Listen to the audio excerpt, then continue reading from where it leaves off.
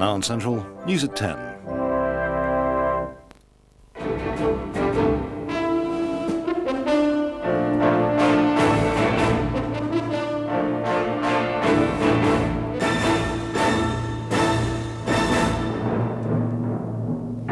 TVAM among 4 losers in ITV franchise handout. Relief in the Rovers as the street stays with Granada. Government gives go-ahead for another 99 opt-outs. Gunman slaughters 22 in Texas restaurant massacre. And the veterans of Ulster take the fight to Croatia. Good evening. The shape of ITV for the next 20 years was decided today with the announcement of who'd won and who'd lost licences to broadcast. 4 of the existing 16 companies, Thames, TVS, TSW and TVAM, were told they'd not won new franchises. They'll stop broadcasting at the end of next year. Thames lost the London weekday franchise to Carlton Television. Rough justice, they called it. TVAM lost its national breakfast time franchise to Sunrise. TVS in the south and southeast lost to Meridian Broadcasting. And TSW was pushed out by West Country Television. All the other regional companies stay the same. 8 of the new licences didn't go to the highest bidder. Granada Television, which makes Coronation Street, held on despite a much higher offer from a rival consortium. At least 4 of the losers are talking about going to law to challenge the Independent Television Commission's decisions. The ITC chairman, Mr. George Russell, said he couldn't see franchises being awarded under such rules ever again. Months of speculation ended shortly before 10 this morning in a fax to every bidder. This one to the Daybreak Consortium at ITN. Disappointing news, they lost. Well, there we are. But on Coronation Street, jubilation. Britain's longest-running soap will stay with Granada because it was successful in fighting off the competition. And champagne at Carlton Communications, the media and production company, which outbid the largest independent TV station, Thames. It marked the biggest shake-up in the ITV's history. All the entrants had to overcome 3 hurdles. First, before the size of the bid was known, it had to be shown that programme quality would be maintained. Then the companies had to indicate their business plans were sound. If they got through those 2, the highest bidder won. It was left to the Independent Television Commission, who acted as judge and jury, to explain why the 4 existing broadcasters had all lost. It won't happen again. These franchises are basically given to people for 20 years, and I do think that during that time they'll settle down, and I can't ever see a franchise system of this sort taking place again. The biggest loser is TVAM, which provides the national breakfast programme. It offered just over £14 million, but was beaten by Sunrise Television with almost 35. Thames Television, which holds the London weekday franchise, bid altogether over £32.5 million. It lost to Carlton, which offered 43. TVS in the south bid almost 60 million, but failed because of doubts over its financial viability. The winner, Meridian, with nearly 37 million. TSW also lost because of its business plan, bidding over 16 million, but losing to West Country, which offered less than half the amount. At TVAM, one of Britain's most popular and profitable stations, there was anger and a prediction the new company would go bust because the bid was too high. I do not believe that Sunrise will be a profitable company. I predict that Sunrise will be bankrupt in 1994. What has come out of this licensing lottery is that there's no clear pattern to the profitability of an area and the size of the bid. Success sometimes comes cheap. The London weekday area, which is the most profitable, was secured with a bid of 43 million. But in the Midlands, the licence was given away for only £2,000. The London weekend area was won with just under 8 million. The 4th most profitable region, the south of England, cost 36.5 million. The North West area went for 9 million, but Yorkshire went for almost 38 million pounds. The man credited with inventing the system says questions need to be answered. Now, there was a clause which said in rare instances the top bid might not be accepted, but some kind of public explanation, I think, has to go along with that, and that might be something that the IDC might find very difficult to make.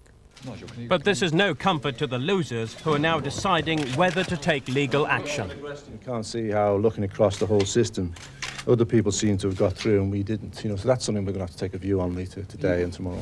Others have decided to go to the courts, but lawyers doubt this will be successful.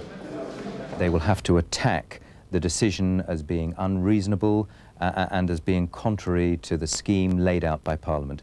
Looking at what the ITC has done, I think that'll be a very uphill battle. For the winners, the champagne corks are still popping, and at least the Treasury will be £40 million better off each year. The new ITV companies going on the air for the first time in January 1993 will have their own ways of doing things and their own programmes. But some of the franchise losers, like Thames, will go on making programmes and getting them broadcast, though not necessarily on ITV. It was with enormous relief that ITV bosses learnt that this, perhaps Britain's favourite programme, will stay on the independent television network.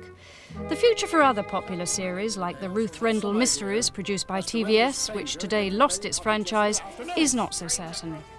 Another popular and highly profitable casualty, TVAM, whose reign has been nothing if not colourful. On February the 1st, 1983, the famous five made history and launched Britain's first commercial breakfast service. Hello, good morning and welcome. But the original concept turned sour. David Frost, the only one of the five to survive. Hard news gave way to sofa-driven entertainment, but today the winning competitor, Sunrise, pulled the cushions from under them. Sunrise, in their daybreak programme, promise what they call a familiar mixture. With news every hour, weather bulletins as well as sport, children's television and celebrity interviews. But from 1993 there will be noticeable changes across the whole network. Now, every other Monday at 10:30, executives from 10 ITV companies meet here to decide which programmes are shown nationwide. From next year, those decisions will be in the hands of an independent group known as Central Scheduling. They'll buy and commission programmes in a similar way to Channel 4. With the demise of Thames and TVS, blockbusters like The Bill will be up for grabs.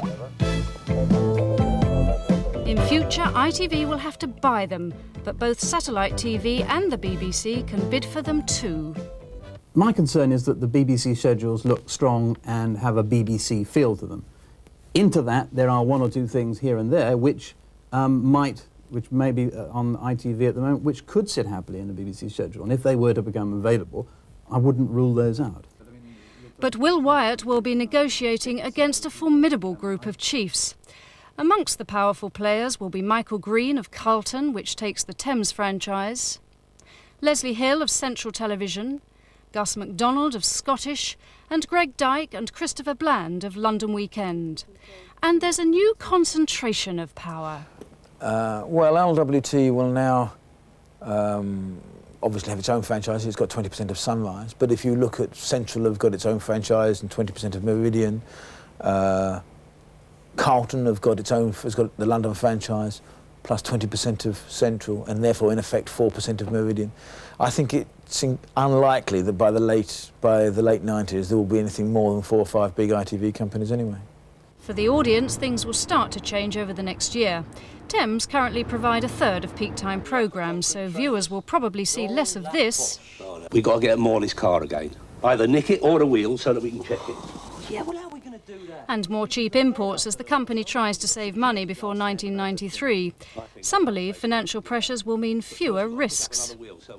The first series of Minder didn't do that well with the audience, and it was only because we were at a time when people could say, all right, let's do another series, let's take a risk and do it. That happened. It wouldn't happen today. Many also fear that good documentaries and high-quality drama, which are expensive to make, will fall victim to cheaper programmes with guaranteed audience appeal. But today's upheaval is not necessarily the future face of television. It is likely for companies that have bid extremely low today that they will be very vulnerable to takeover from 1994 onwards, and that European ownership will rise quite markedly before halfway through this decade. For the industry and for the viewer, there's very good reason to watch this space. Thames TV, the biggest of the ITV companies, said the loss of its broadcasting licence would mean 1,000 job losses starting early next year. It said it now aimed to become the biggest independent producer, and its shares finished the day 7 pence up. Shares in the other franchise losers, TVAM, TVS and TSW, all fell.